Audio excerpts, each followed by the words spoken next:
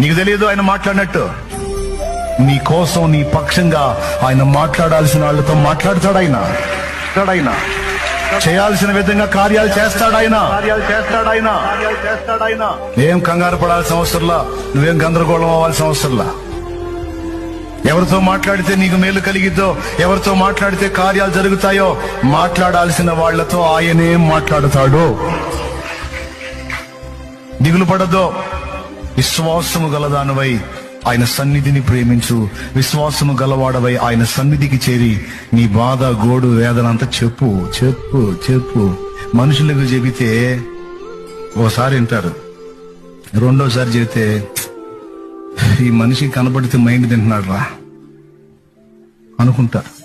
10 మంది దగ్గరికి వెళ్ళి నీ బాధ 10 సార్లు 10 మందికి చెప్పుకునే కంటే ఆ 10 సార్లు ఒక్క దేవుడు, నీ ప్రభు అయిన యేసు దగ్గరికి వెళ్ళి చెప్పుకో 10 సార్లు.